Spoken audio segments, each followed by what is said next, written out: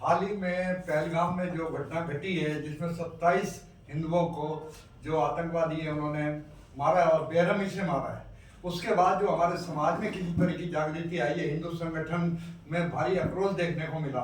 आज नेहरू पार्क से लेके सचिवालय तक में एक मार्च निकला, आक्रोश रैली निकाली गई और मुख्यमंत्री नायब सिंह सैनी को ज्ञापन भी दिया इसके विरोध में। तो आज इसी विषय को लेके हम लोग आपस में धार्मिक संगठन के पदाधिकारी बैठे हैं और जो चर्चा है इसी आतंकवाद विषय को लेकर है कि आतंकवाद देश में कैसे समाप्त किया जाए। तो सबसे जो मेरे सामने बैठे हैं वो श्याम सुंदर जी हैं, वह हिंदू युवा वाहिनी के पदाधिकारी हैं, और उन्हीं के बगल में है राजकुमार जी जो विश्व हिंदू परिषद के जिला मंत्री हैं, और उनके बिल्कुल नजदीक बैठे हैं अनिल आर्य जी जो अनेक धार्मिक संगठनों से और आर्य समाज वगैरह से भी जुड़े हुए हैं और एक क्रांतिकारी नेता के रूप में जाने जाते हैं। और उन्हीं के बगल में बैठे हैं जाखड़ जी जो हमारे बाहर से आए हुए हैं, वे थोड़ा सा अपना परिचय देंगे। जी, मैं श्री राम वाहिनी से प्रदेश सलाहकार हूँ और सतीश जाखड़ मेरा नाम। और मेरे जो बगल में बैठे हैं अनिल शर्मा जी, ये उपाध्यक्ष हैं विश्व हिंदू परिषद हिंदू युवा वाहिनी के। तो ये हमारा एक तरह से रेवाड़ी जिले के जो पदाधिकारी हैं धार्मिक संगठनों के वो हैं। तो सबसे पहले मैं श्याम सुंदर जी से जानना चाहूँगा कि इस तरह के कदम जो थे मुस्लिम संगठन थे वो पहले भी एक्टिविटीज करते आ रहे थे, लेकिन किसी भी तरह का कोई मतलब उधर प्रतिबंध नहीं लग पाया। तो आज ऐसा जन आक्रोश है, तो आपके अनुसार क्या होना चाहिए? अरे पवन जी, निर्दोष भाइयों को और जाति पूछ कर नहीं तो पूछ के उनका इंडिकेशन जांच करके और मार रहे हैं। ये हमेशा छुप के मारते हैं, सामने से वार नहीं करते हैं। और ये कायरता पूर्व उनका जो कायराना जो हरकत थी। तो क्या सरकार को नहीं चाहिए कि वे जिस तरह का जहां मामला धार्मिक आता है तो जो हमारे धार्मिक संगठन है वो कुछ अपनी एक्टिविटीज ऐसे करें कि वो सामने आतंकवादियों का इतना मनोबल ना बढ़े। तो आप विश्व हिंदू परिषद की बात करते हैं, बहुत अच्छा राष्ट्रीय स्तर पे संगठन है और जो एक तरह से सरकार से भी जुड़ा हुआ है। क्या हमें भी किसी तरह की कोई एक्टिविटीज नहीं करनी चाहिए कि ताकि इस तरह की पहल ना हो? राजकुमार जी, आप बताना चाहेंगे? देखिए, ऐसी पहली बात तो ये है कि सरकार से हमारा किसी प्रकार का कोई जुड़ाव नहीं रहता। हम हिंदुत्व के लिए काम करते हैं और प्रखर हिंदुत्व के लिए काम करेंगे, आगे भी करते रहेंगे। सरकारें आती रहती है, सरकारें जाती रहती है, हमारा कोई ज्यादा इसमें वास्ता नहीं है। हाँ, लेकिन ये सत्य है कि कुछ लोग हमारे सरकार में हो सकते हैं, ये ठीक है। लेकिन क्या है कि विश्व हिंदू परिषद और बजरंग दल अपने आप में एक बड़ा संगठन है और ये विश्व का सबसे बड़ा संगठन है। हम समय समय पर अपनी गतिविधियों को फलीभूत हम इस कार्य को, हर प्रकार के कार्य को आगे लेकर, अगुवाई लेकर हम समाज में करते भी है और समाज को हमेशा जागृति की राह पर लाने का कार्य भी कर रहे हैं। ऐसा नहीं है कि विश्व हिंदू परिषद अपने आप में एक संगठन के नाते चुपचाप बैठे हैं। हमारी अलग अलग गतिविधियां जो अलग अलग आयामों के हिसाब से, हमारे बजरंग दल अलग गतिविधियों में काम करता है, दुर्गा वाहिनी की जो बहनें हैं वो अलग गतिविधियों में काम करती है, मातृशक्ति की बहनें वो अलग संस्कार की गतिविधियों में काम करती है। और विश्व हिंदू परिषद इन सब आयामों को, जितने आयाम है अपने, उनके सभी में अपने अपना काम सुनिश्चित करते हैं। और जब इस प्रकार की घटनाएं घटती है तो हम उसका पुरजोर विरोध भी करते हैं, उसके पीछे हम संज्ञान भी लेते हैं। नहीं, अब जैसे बात करते हैं वो 1990 के बाद से जो कश्मीर में थे वो हिंदुओं का एक तरह से पलायन हो गया था पूरी तरह से, और जम्मू कश्मीर में हिंदू ना के बराबर रह गए। उसके बाद ऐसी पत्रकार महोदय जी, इस प्रकार के सवाल आप जैसे कर रहे हैं उसी प्रकार की चीजें मैं आपको ध्यान में दिला दूं कि ये हिंदू समाज है।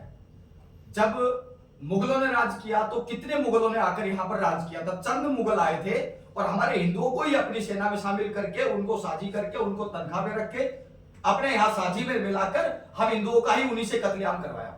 ऐसे ही अंग्रेज आए थे तो कितने लोग आए थे? थोड़े से अंग्रेज आकर हम सब पर अपना पलड़ा भारी कर हमारे लोगों को हमारे से लेकर अपने पक्ष में कर हम लोगों को उनसे मरवाया। ऐसे ही आज भी वो स्थिति है, सेम स्थिति उत्पन्न हो रही है। ये केवल विश्व हिंदू परिषद और बजरंग दल का काम नहीं है। हिंदू समाज का प्रत्येक व्यक्ति जब तक इस प्रकार की चीजों में सामने आकर अपना प्रत्यक्ष दर्शन नहीं देगा, अपना प्रत्यक्ष प्रमाण नहीं देगा, अपनी जो संलिप्तता इस प्रकार के कार्यक्रम में नहीं लाएगा, जब तक समाज के जागरण में स्वयं आगे नहीं आएगा, तब तक विश्व हिंदू परिषद बजरंग दल कुछ नहीं कर सकता। नहीं, अभी जैसे हम बात करते हैं बांग्लादेश में जो एकदम से सत्ता परिवर्तन हुआ, उसके बाद हिंदुओं के साथ अत्याचार हुए, तो इतना तो हिंदू समाज को पहले ही पता था कि जो चीज बांग्लादेश में अभी पनप रही है वो निकट भविष्य में बंगाल में भी आएगी। आज बंगाल में इस तरह की घटनाएं हो रही है, तो उस बारे में क्या कहना चाहेंगे? बांग्लादेश में सत्ता पलटने के बाद में जिस प्रकार की स्थिति उत्पन्न हुई है वो सब ऐसा ही हुआ है ये, और धर्म के आधार पर बंटवारे हुए हैं। बांग्लादेश कब बना आप देखिए, 1971 पाकिस्तान कब बना आप देखिए, खालिस्तान को पिछला एरिया कब बना वो आप देखिए, पीछे का जो अखंड भारत का उसका इतिहास उठा के देखिए। तो ये हिंदू है, केवल और केवल हिंदू इस नाम के है कि उनको अपनी 2 वक्त की रोटी कमानी और सो जाना है, कुछ नहीं करना हिंदुओं को। कुछ संगठन, कुछ लोग क्या कर सकते, कुछ भी नहीं कर सकते।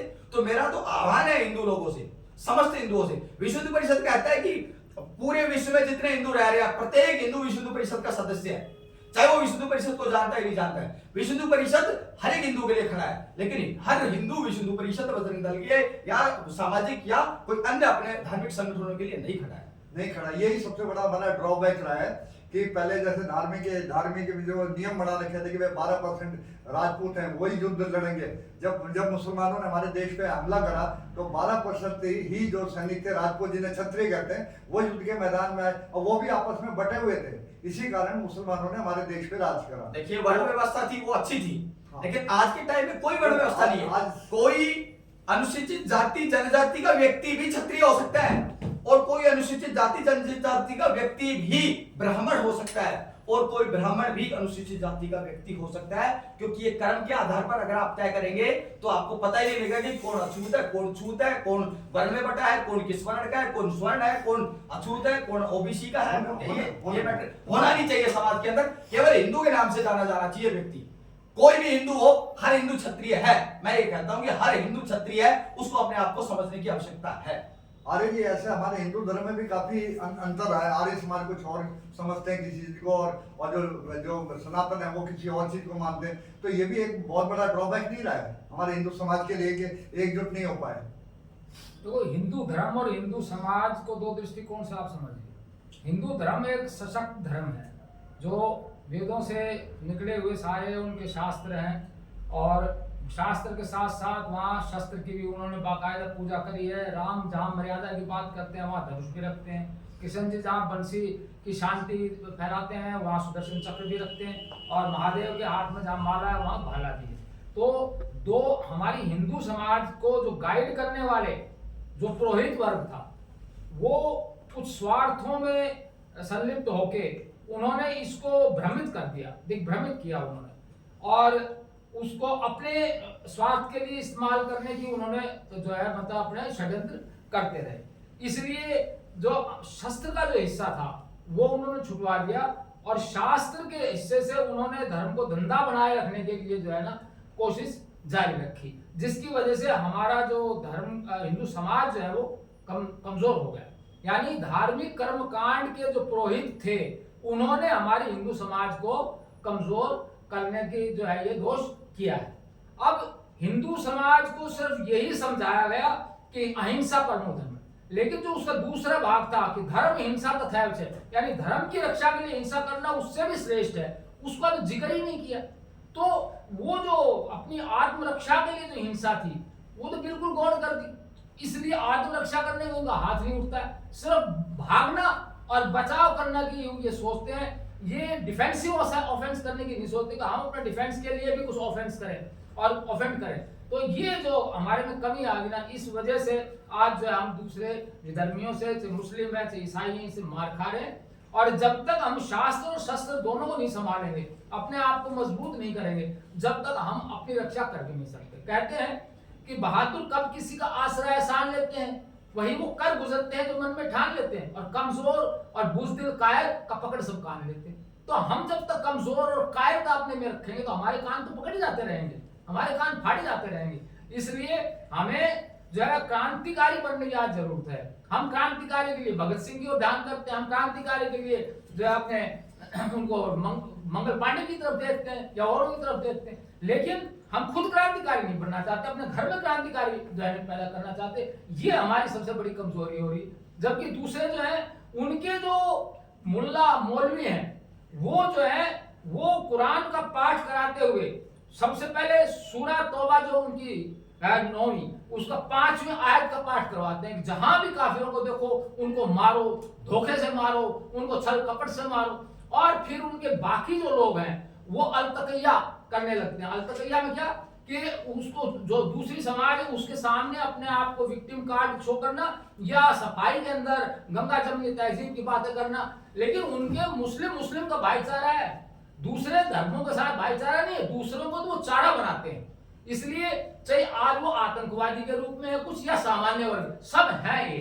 जब तक इनकी कुरान प्रतिबंधित नहीं कर दी जाएगी और जब तक कुरान की वो शिक्षा जैसे चीन के अंदर प्रतिबंधित नहीं की जा रही है और दूसरे देशों के अंदर जैसे कुरान प्रतिबंधित कर दी गई, जब तक भारत में ऐसा नहीं होगा, जब तक जो है हिंदू धर्म को ये पनपने नहीं देंगे और मुसलमान जो है इसी तरह सरतन से जुदा का नारा लगाते रहेंगे। तो जैसे आप योगी जी की बात करते हैं, योगी जी एक तरह से लिंक से हटकर काम कर रहे जी। हैं। धर्म की बात जहाँ आती है, धर्म के लिए तो कार्य कर रहे हैं, लेकिन उनके जो फैसले लेने का जो है कि निर्णय लेने का, भाई मैं जो धर्म के प्रति या समाज के प्रति जो निर्णय ले रहा हूँ, चाहे गलत है चाहे कानून के हिसाब से बेशक गलत हो, क्या इस तरह आगे निकट भविष्य में जरूरत नहीं पड़ेगी ऐसे लोगों की, तभी समाज में किसी तरह का आज तो सुधार आएगा? खास जरूरत है। देखो पहले समय के ऊपर जो है राजनीति के अंदर बदलाव आता रहता है।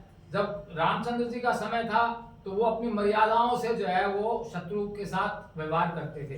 फिर कृष्ण जी का आया तो कृष्ण जी ने और जो है नीति के साथ युक्ति को भी मिला दिया और युक्ति के साथ शक्ति को मिला दिया। और जब चाणक्य का आया तो छठे छाठम समाचरित का आ गया कि जैसे को तैसा, कि लोहे को लोहे से काटा जा सकता है, काट से नहीं काटा जा सकता। तो उन्होंने छल छदम वगैरह जितने भी थे जो प्रतिपक्षी अपनाता था उससे भी प्रखर होके जो है उन दावों को चलाया। और आज हमारी राजनीति के अंदर जो मोदी जी हैं, योगी जी हैं और अमित शाह, वो भी जो है उसमें निपुण हो गए। तो इसलिए जो है आज ये सत्ता के ऊपर आए हैं और मुकाबला कर रहे हैं इसका।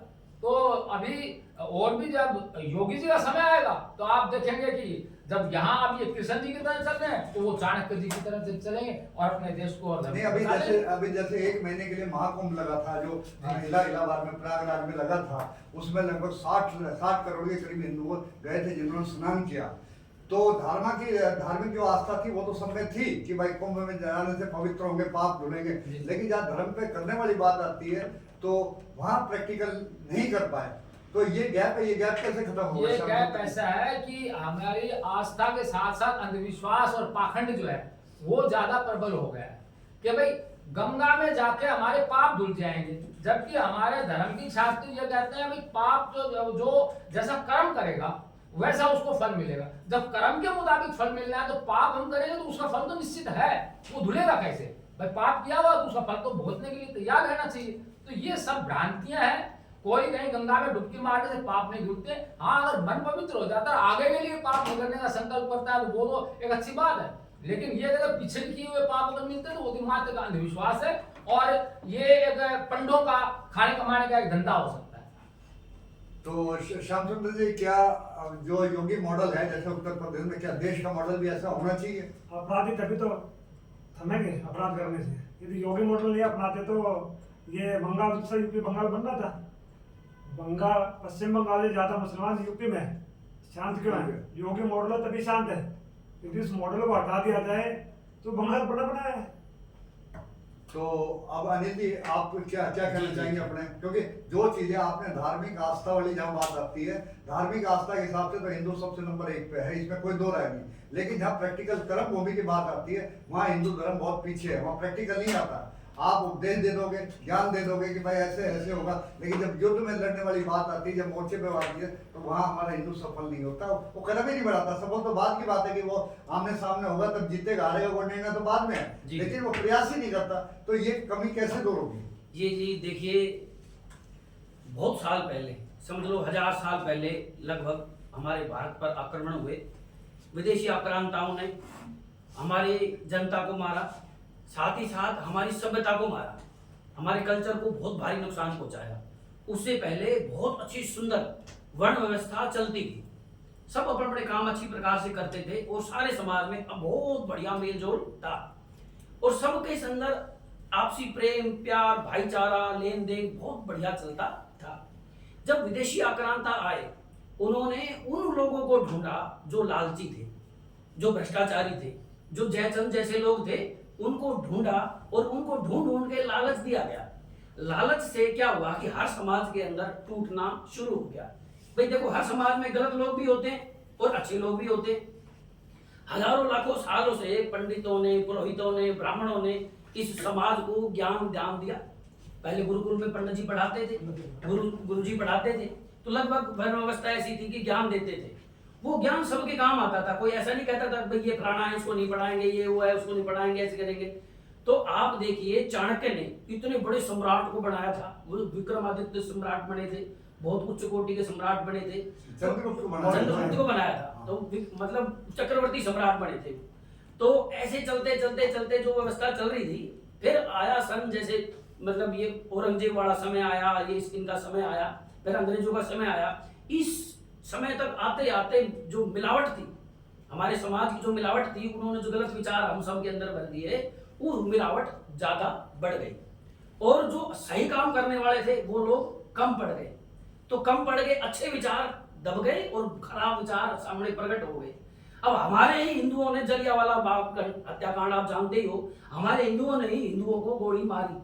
उस समय कोई भी हिंदू असली होता तो उस टाइम कह देता कि हम हिंदू को नहीं मारे। नहीं, आज भी जब बात करते हैं, आज भी आप 10 में से अगर 10 लोगों के पास जाओगे और बात करोगे तो उन्हें 10 में से 4 जने ऐसे जो भाईचारे की बात करेंगे, भाई मुसलमान हमारे भाई हैं। तो क्या वो जो बात कर रहे हैं वो आपसे संबंध रखते हैं, दूसरे को कैसे स्वीकार करते हैं? इस चीज का समाधान कैसे निकाला जाए? इस चीज का समाधान ऐसे निकाला जाएगा जी, धीरे धीरे। जैसे आज हम आप और हम सब मिलकर बात कर रहे हैं, हम जागरूकता को बढ़ाएंगे, जन जन तक जाएंगे, हर हिंदू तक जाएंगे, हर हिंदू को उसका दर्द समझेंगे और उसको अपना दर्द समझाएंगे कि भाई हिंदुत्व ही असली है, बाकी सब मिलावट बेकार है। तो जाकर जी, आप क्या कहना चाहेंगे? आप जो इस वक्त एक्टिविटीज चल रही है धार्मिक संगठनों की, मतलब एक आक्रोश है पहलगाम को लेकर, पहलगाम में जो घटना घटी है, और हालांकि हमारी फौज है वो भी पूरी तरह कार्रवाई कर रही है और उन्होंने ठिकानों पे हमला करना भी चालू कर दिया, भगा भगा के मार भी रहे हैं। देखो जी, सबसे पहले तो आपके दर्शकों को जय श्री राम। मेरा कहना तो ये है कि जी सबसे पहले तो जो हमारे लोग शहीद हुए हैं, भगवान उनकी आत्मा को शांति दे, उनको वैकुंठ धाम में स्थान दे। और ये एक आज लग ऐसा कुछ भी नहीं हुआ था पहले, जो धर्म पूछ के लोगों के कपड़े उतरवा के, जो कहने में भी शर्म आए, और उनसे कलमा पढ़वा के उनको मारा। जैसे कि अब हम जवान बच्चे किसी मुस्लिम को पकड़े और बोल रहे भाई चल हनुमान चालीसा पढ़ के सुना, और वो कहाँ से सुनाएगा, उसका धर्म अलग है, और हम उसको फिर मार दें, तो ये तो कोई बात नहीं। और ऐसी बात नहीं है, थोड़ी जागरूकता की कमी है हमारे लोगों में। और अगर ये क्या है कि हरियाणा में अपने इतने तो रंडवे भी मिल जाएंगे इन साफ करने खातर, तो लेकिन हमारे थोड़े संस्कार ऐसे हैं, माँ बाप ने संस्कार ऐसे दिए हैं, आप जैसे बुजुर्गों ने संस्कार कमजोरी बन जाए तो फिर संस्कार क्या करना बस चाहिए? वही कमी है। मैं उसी पे आ रहा हूँ कि संस्कार थोड़े ऐसे दिए हैं कि हमें थोड़ा सोचने पे मजबूर होना पड़ता है। हाँ, लेकिन अभी जागने की जरूरत है हमें। जो आगे जो समय आ रहा है, आगे की जो परिस्थितियां हैं, उनको देखते हुए हम सबको जागने की जरूरत है। और हम अगर नहीं जागे, सोते रहे, तो ऐसे ही बढ़ते रहेंगे, कटते रहेंगे। और मैं तो यही कहना चाहूंगा कि जी एक हमने पूरा जो हमारे सभी संगठनों का मकसद तो एक ही है, नाम अलग है, श्री राम वाहिनी बजरंग दल, ये नाम अलग है लेकिन काम तो एक ही है, हिंदू के लिए काम करना, सनातन के लिए काम करना। तो सभी से मैं तो एक ही विनती करता हूँ, जो देखने वाले दर्शक हैं, भाई जागो, अपने धर्म के लिए जागो, नहीं तो हमारे आगे आने वाला भविष्य बहुत ही खराब होने वाला है। हमारे बच्चों का जो, हमारी जिंदगी तो शायद कुछ कट जाएगी, लेकिन बच्चों का भविष्य बहुत खराब होने वाला है। अभी एक मैसेज भी आया था अपने ग्रुप में, घरेवाली वाले में, उनका वो पूरा कोई मैसेज लीक हुआ था कि 2040 तक उन्होंने अपनी गाइडलाइंस बना रखी हैं कि हम ऐसे ऐसे करके, हाँ, मुस्लिम राष्ट्र बनाने के लिए, वो भी पढ़ा था मैंने। तो ये कोई झूठ नहीं है। तो इसके लिए तो जी हमें जागना पड़ेगा और हमें प्रयास करना पड़ेगा लोगों को जगाने के लिए। आर्य जी, जैसा कि हम अंग्रेजों के साथ जब आंदोलन की बात करते हैं, क्रांतिकारी और आंदोलन में थोड़ा बहुत एक अंतर था। क्रांतिकारी थे वो इंडिविजुअल थे कि भाई मैं भगत सिंह है या चंद्रशेखर आजाद है, उन्होंने अंग्रेजों के खिलाफ एक बगावत करी। लेकिन जो मिशन चलाया था, मिशन आर्य समाजियों ने चलाया था, वंदे मातरम नारे के अंतर्गत आनंद मठ जिसे कहते हैं, तो ये चलाया था। क्या इस वक्त देश में उसी तरह की जागृति की जरूरत नहीं है कि समाज को जागृत करने के लिए उसी तरह का कदम बढ़ाया जाए, ताकि वो जो व्यक्ति है, जो हिंदू है, वो रोजी रोटी कमाने के साथ साथ मतलब एक तरह से समाज के प्रति भी सचेत हो कि मेरा भी देश के प्रति या धर्म के प्रति कोई ना कोई कर्तव्य है, उसके लिए भी मुझे कुछ ना कुछ करना चाहिए। तो इस बारे में क्या कहना चाहेंगे? जी ऐसा है कि केवल जागने सचेत होने से काम नहीं चलेगा, क्रियाशील भी होना चलेगा। हाँ, क्रियाशील बनाने के लिए क्या कार्य करेंगे? और इसके लिए हमें घरों से बाहर निकल के सड़कों पे आना भी सीखना पड़ेगा, क्योंकि आज लोकतंत्र के अंदर सिर गिने जाते हैं और सड़कों के ऊपर कितने लोग आ सकते हैं उनको ही एक्टिव माना जाता है। तो इसलिए इस रणनीति के ऊपर हमें कामयाब होना ही होना पड़ेगा।